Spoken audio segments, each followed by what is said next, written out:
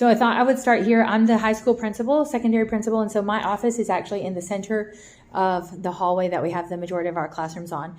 And I purposely got to design it myself, and so I'll just talk about some of the structures. So this is looking as you come in from the entrance. I actually have a glass door, and so that is one thing that actually I think is part of the structure that makes it more open. And then I'll come over here and show you in the center of the room. I purposely wanted a table and a whiteboard so that we could have meetings and brainstorm and discuss and be productive. And anytime that I have someone come in, even if it's just one parent or a student, we'll sit down at this table across from each other instead of me staying behind my desk. You'll see over here I have my workspace.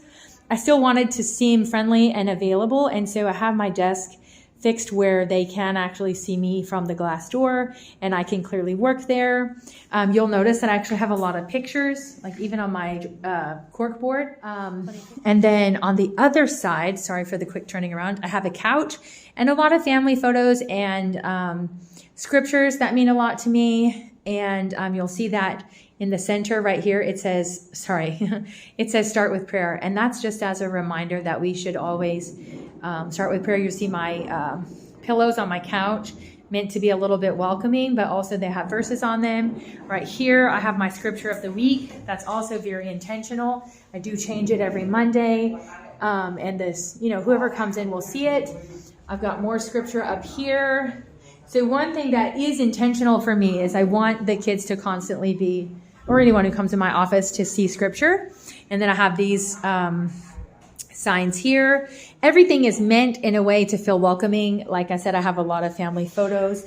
And then actually our students have been doing well in sports. I don't know if the photos and intentional use of scripture and stuff is considered a structure, but I do know that that was a very intentional part of my office environment, wanting people to feel comfortable and that they can come in and sit down and talk to me. So this classroom, I think, is one of our more teacher-centered classrooms.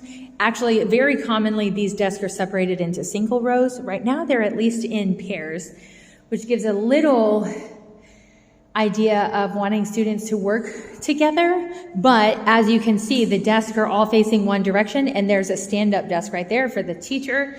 So this is very teacher-centric.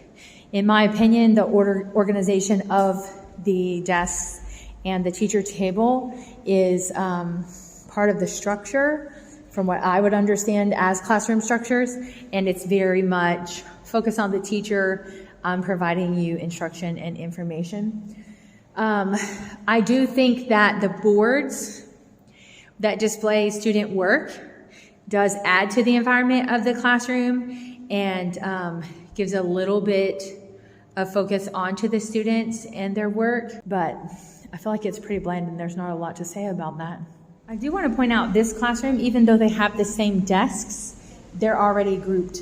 So they're not sitting in rows, which I think is interesting that it shows that there could be rows, but the teacher has decided to put the students in groups so they can work together.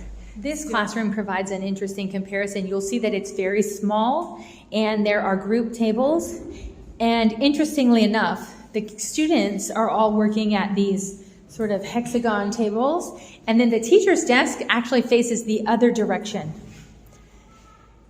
This room we actually use for like study hall, learning support, students who need extra time and help, and then this is all personal stuff that belongs to the teacher. But one thing I think is an interesting structure that the teacher has taken upon themselves to do, interesting, somebody left their lunch plate, but there's always coffee and tea available in this room and hot water. They'll put water in this kettle, and so kids can heat up their cup of noodles or whatever if they want it. And the teacher actually brings these tea bags and the coffee. And so it's meant to be very welcoming and to have the students stick around.